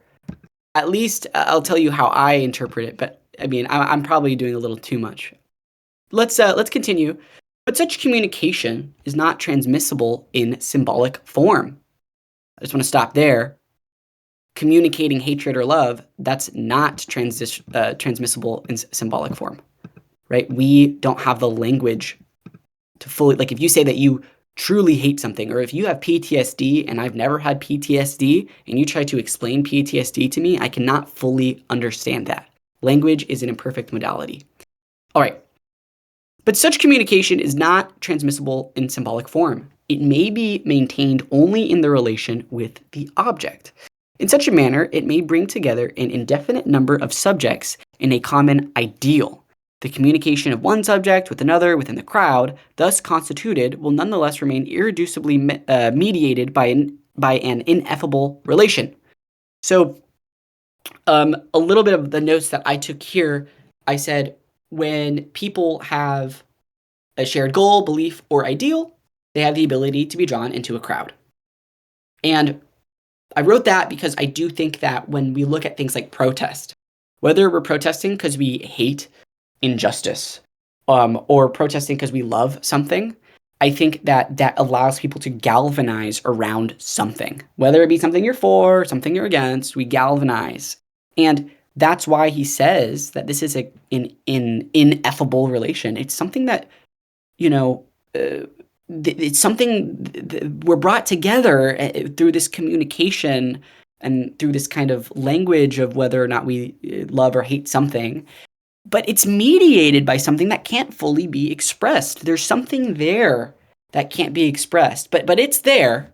We know it, we feel it, right, in a way, but it can't be expressed. And this is very much, I think, again, this is him getting to that pure signifier. The letter in the Purloined Letter, we never know its contents, but it still signifies something. So that means that this pure signifier in this symbolic chain is mediating the symbolic chain. When we take the symbolic chain, we have, the dog, the cat, the shoes, the TV, the Discord server, all of these things in this chain, but there's something there that's mediating all of it. There's something there that's effectuating it. And it can't fully be expressed. It's this letter. So yeah, I mean, I think that's kind of what he's getting at about how these things cannot be put, easily into words.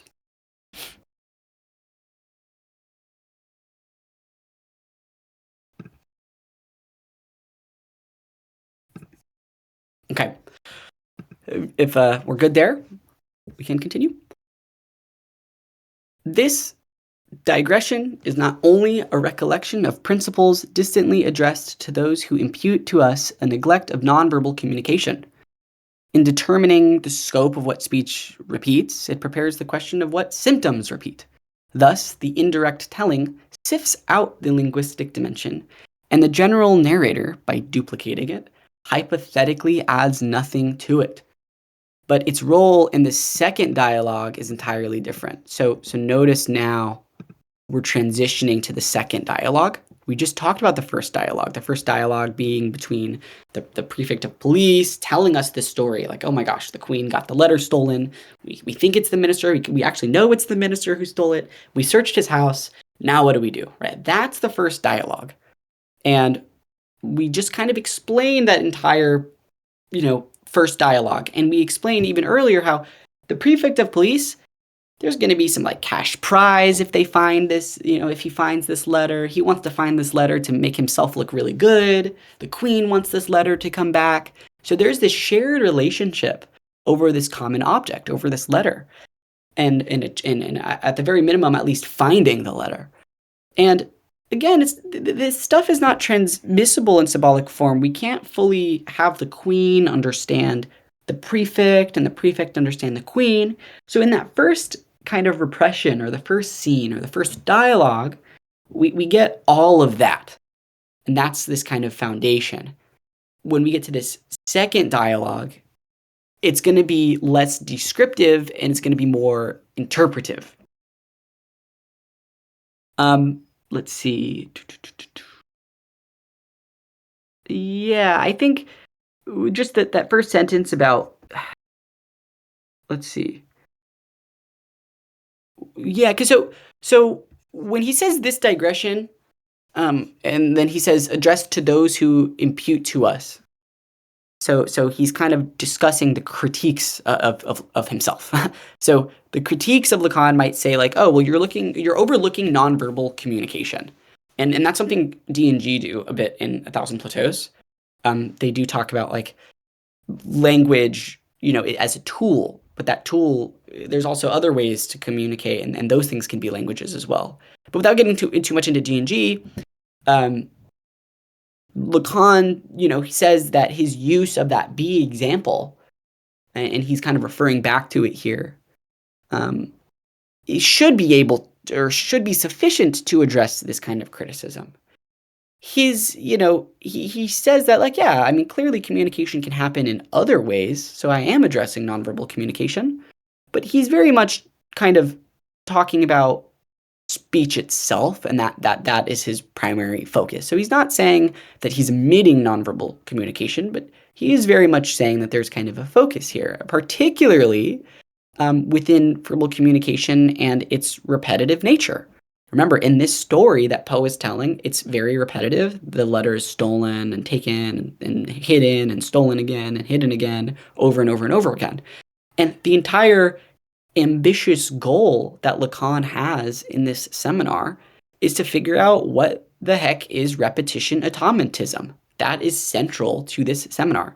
So that's why he's saying it prepares the question of what symptoms repeat. Why are symptoms repeating? Why does someone continue to wash their hands repeatedly over and over and over again without thinking about it, or checking the locks on their doors, or getting into relationships with people who are emotionally unavailable? There's this repetitive thing. And Lacan is noticing or noting that this symbolic structure of language and its repetition allows us to understand how symptoms, particularly repetition automatism, where there's unconscious patterns or behaviors in the way of our behavior, like unconscious patterns of behaviors or thoughts or whatever. Like repetition automatism can also be like you getting repeated intrusive thoughts, right? Why does that happen? Why are all of these things happening? And Lacan is going to say that structure of language, plays a very important role. And then, then he's going to shift a little bit to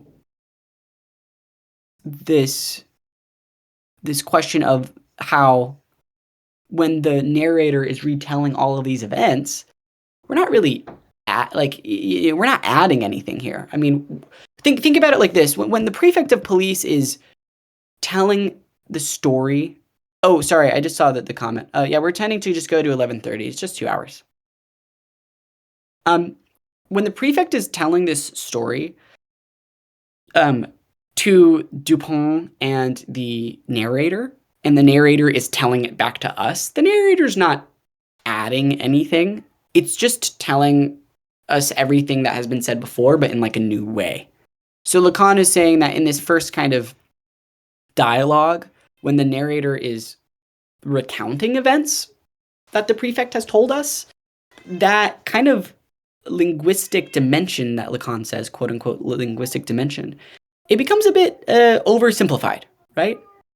And we now need to shift to the second dialogue to understand maybe how the role of the linguistic dimension plays a role.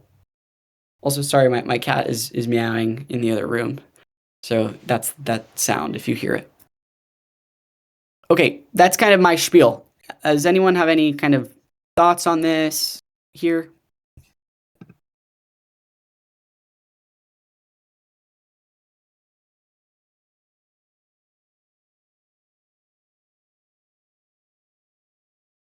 Okay, my goal at the minimum, let us try and get to, let me see here.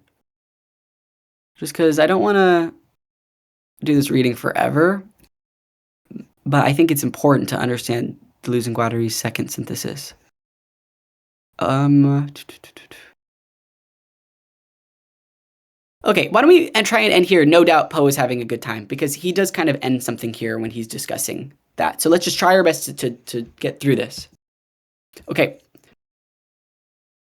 For the latter or the second dialogue, I believe, because he references the second dialogue here. So for the latter or the second dialogue will be opposed to the first, like those poles we have distinguished elsewhere in language, and which are opposed like word to speech, which is to say that a transition is made here from the domain of exactitude to the register of truth. Now that register, we dare think we needn't come back to this, is situated entirely elsewhere. Strictly speaking, at the very foundation of intersubjectivity. It is located there where the subject can grasp nothing but the very subjectivity which constitutes an other as absolute. We shall be satisfied here to indicate its place by evoking the dialogue which seems to us to merit its attribution as a Jewish joke by that state of privation through which the relation of signifier to speech appears in the entreaty which brings the dialogue to a close. Why are you lying to me? One character shouts breathlessly. Yes, why do you lie to me saying you're going to Krakow so I should believe you're going to Lemberg when in reality you're going to Krakow? There's a lot saying here, but it's all kind of saying the same thing a little bit through some of these pages about like how we can't utilize language as this, perfect way to kind of understand meaning. So he does start by saying that the second dialogue is opposed to the first, in the same manner that word is different than speech. Like these conversations we're having is different than the individual kind of word. So he's saying that the second dialogue is much more interpretive or dynamic. When we're having speech, there's a lot more fluidity, whereas a word might be a bit more fixed. And that's what we see between the first and the second dialogue. The first scene or the first dialogue is much more fixed. It's just setting the foundation of the story, while the second is going to be Dupont's brilliance and kind of receiving the letter and how we interpret that. How do we interpret everything from the first scene in order to figure out where the letter is? And then he says here, again, which is to say that a transition is made from the domain of exactitude to the register of truth. Okay, well, that's the exact same thing we just said. It's that the domain of exactitude was very fixed. The register of truth is more interpretive. Now, he does move on to say, now for the register of truth is situated entirely elsewhere at the very foundation of intersubjectivity. So we have to remember from before, the way in which Lacan conceptualizes truth is not objective or fixed. It's going to be much more fluid and in relation to what's going on and a relation between signs and other signs. So all of these characters in the story are taking actions and doing things in relation to one another. So the truth of this story is going to lie at that foundation of intersubjectivity. What's important here is the register of truth and where it's located. So The register of truth is located where the subject can grasp nothing but the very subjectivity which constitutes an other as absolute. So here, if I take myself and Marcellus here, when I encounter Marcellus, encountering the subjectivity of another, there's no language I can have to describe Marcellus's, subjectivity. At least that's the way I'm interpreting this. It's that the subject can't grasp the subjectivity of another, and that is referred to as, the other. And the other is described as absolute because, it's beyond the full comprehension or understanding of a subject. So it's all about the Yeah, relationship between subjects, but I can never have the language to conceptualize or comprehend that. yeah, you're touching something. You're right. You're correct, actually. That's baked date back to the Hegelian concept of sense certainty, right? And how meaning, right? The meaning, like for example, like when you try to write something like Hegel experiment, right? Fun experiment. All right, when you try to write something in a piece of paper, right? Um, this is salt, right? So this is so you are pointing out at the saltiness of this is salt, right? Or now is night, right? You are pointing out at the nighness or nowness, sorry, now nighness or nowness, right? Now is night. You pointing out at the nowness of this night. But if you establish this as a salt, which has the one and the also, and that have one and this salt is kind of having cubical, hot, you know, white, right? And you trying to make a definition of the whiteness or the saltiness, right? Of this salt, you fall, right? You crumble to, and you supersede it to the same universal, right? You kind of like a full circle in geometrical, like it's kind of like you return to the same universal, right? You cannot like your language is full, right? The sense certainty that you perceive that is like actually like can make you a definition of this saltness or Machiavellianness or let's say Marcellus Wallaceness, right? You cannot do that. You cannot have a comprehensible definition, right? It boils down and it returns full circle to the same universal thing, right? Or the whiteness of the soul. You try to make a definition of the whiteness, right? The whiteness as its own, right? In a singular form, right? You fall into kind of some kind of like that's what Deleuze actually talked about in his lectures. Um, I don't know. I watched some lecture from Deleuze talking about sense certainty, and he actually right about that, right? So yeah, you're actually correct. You're actually very correct. Very correct. Yeah. Well, thanks. I mean, I like how you're talking about this coming kind of coming full circle, right? Like that's what stands out to me in what you're saying, and that reminds me a little bit about the return of the repressed in psychoanalysis. It just does. I think it's all coming back full circle in terms of it's Marcelliusness. There's no language that I can have to fully comprehend that subjectivity, and simultaneously, do I have language for mine? Quote unquote mine, right? And again, this is where it gets tricky with Lacan. It's because Lacan is still centering a Cartesian subject here to a large extent, but he's doing it in a very interesting way pertaining to the split subject. So he's deviating a bit while also kind of holding on a little bit to it. And I think everything you said here about coming full circle and that really connects with me. Thank you, Marcellus. There. Um, Now, Lacan makes this quote unquote Jewish joke here.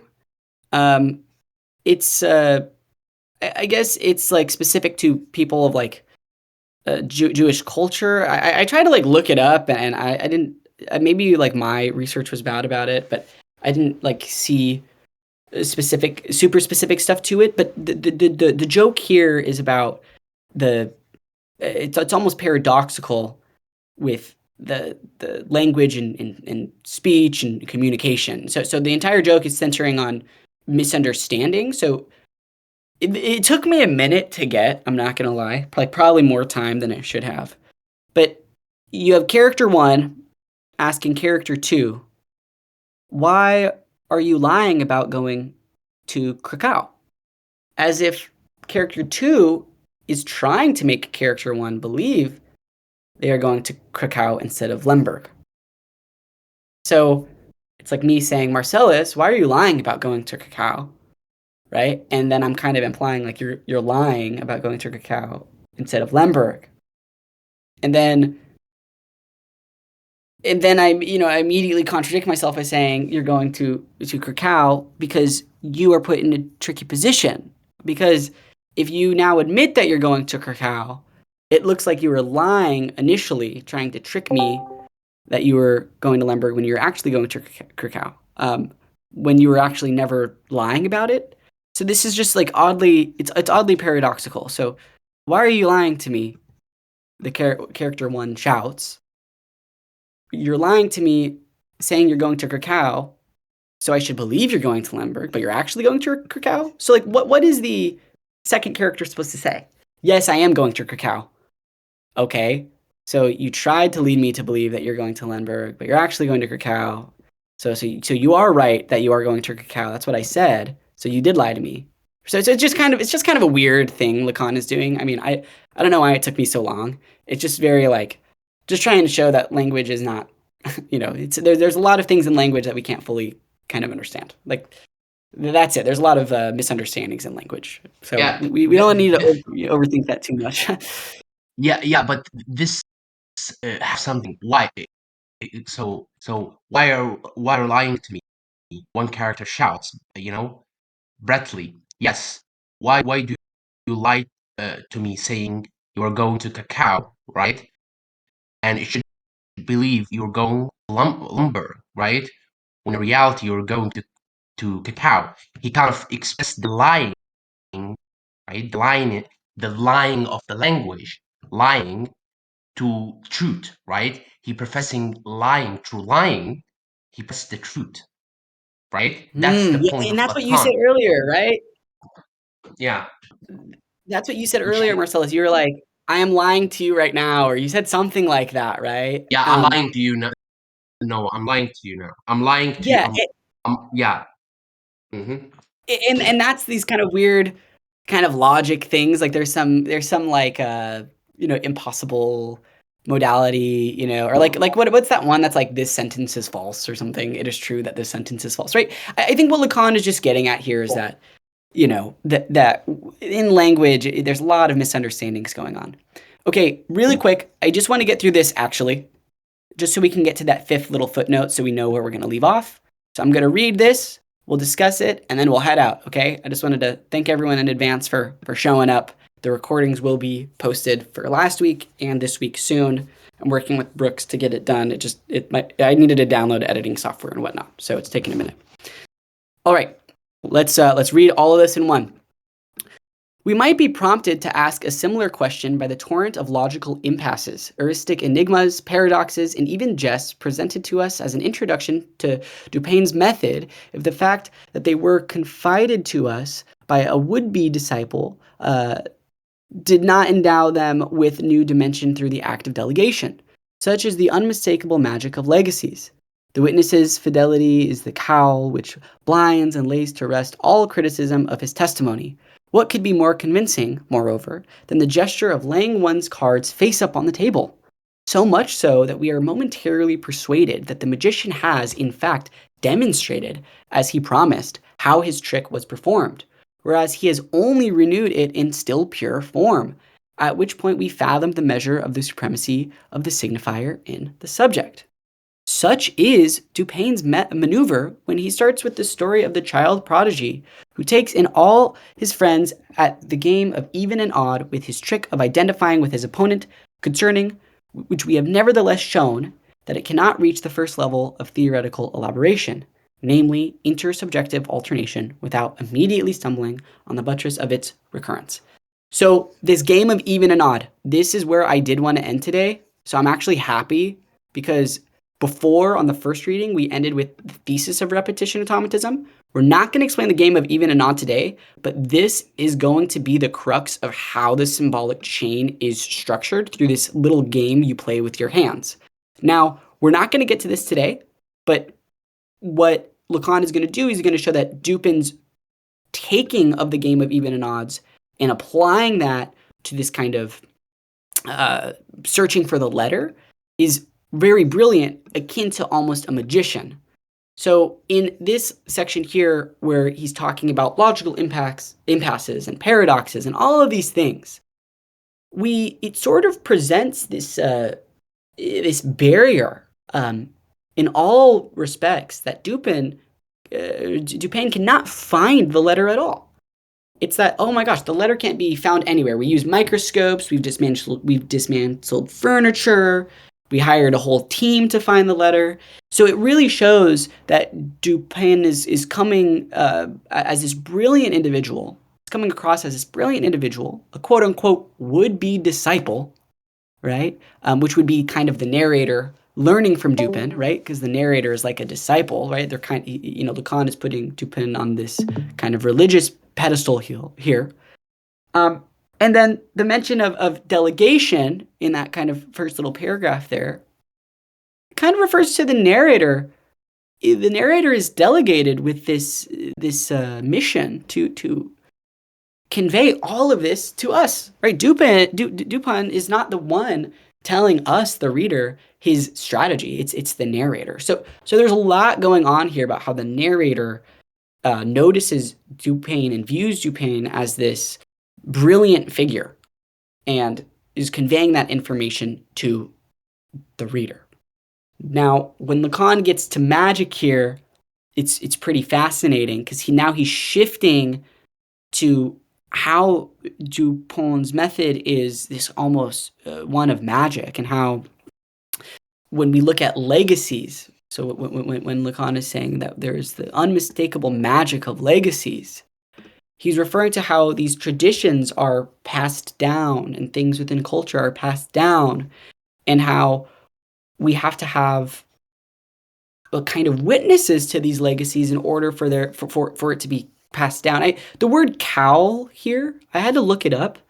It's typically referred to a hood worn during religious ceremonies.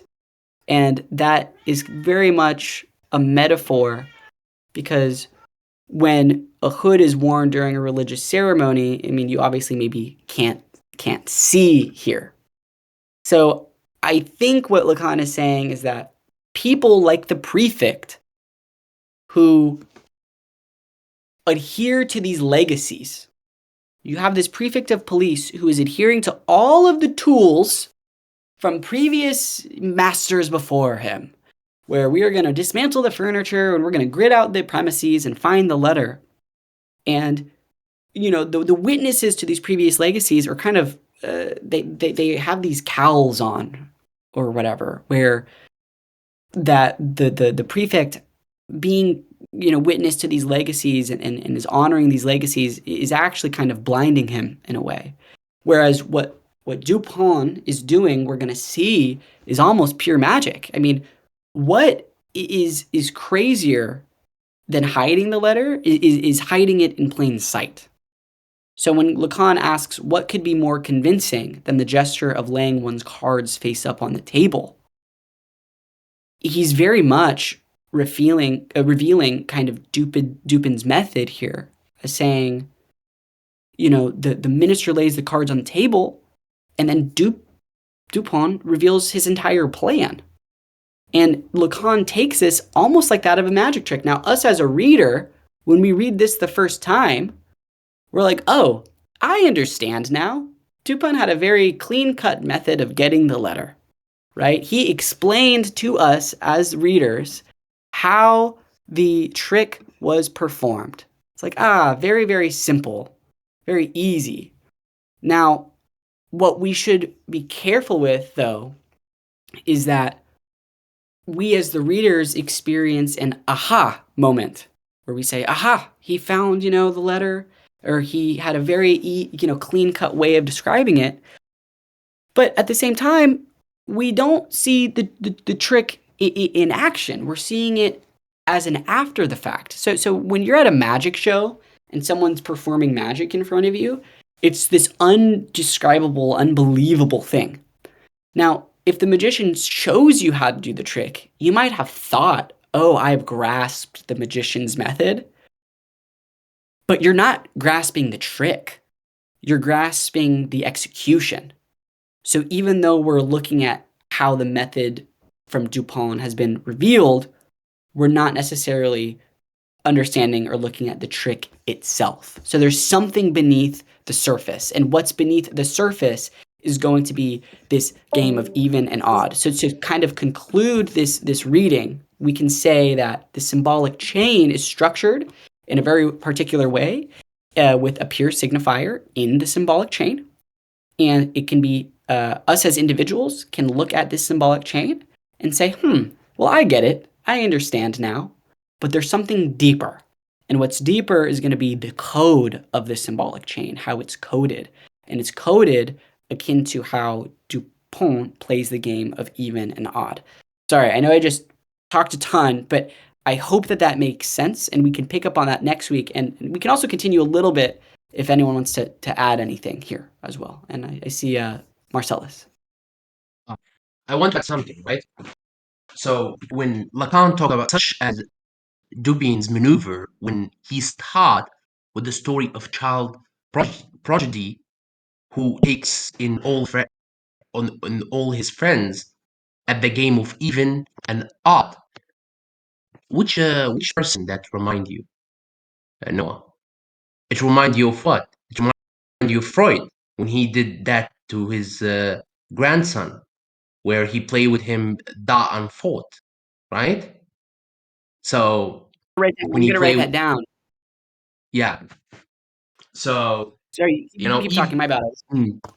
Even an odd is da and fought, right? Which with his trick of identifying the opponent and concerning which we have never shown that it can reach the first level of theoretical elaboration, namely intersubjective alteration, right? Like the dialectics between Vernunft, right, which is uh, negation, right, affirmation, thought and doubt, right, where like now, say, with with his grandson, like with thought and doubt, right?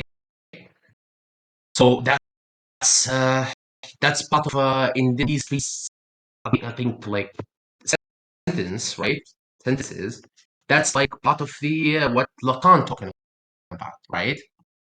Which is Yeah, the that's intersubjective great. alteration, right? Without immediately uh, uh, stumbling on the I cannot see. I have put church. No. This. Okay. Yeah. Stumbling on the paterness of its recurrence, right? Which is kind of like the recurrence of thought and doubt. In if you want to use Freudian language, use it. If you want to use even an art, you can use it. Like even, which is affirmation, art, which is negation, right? Ah, Thought yeah. and doubt, right? Okay.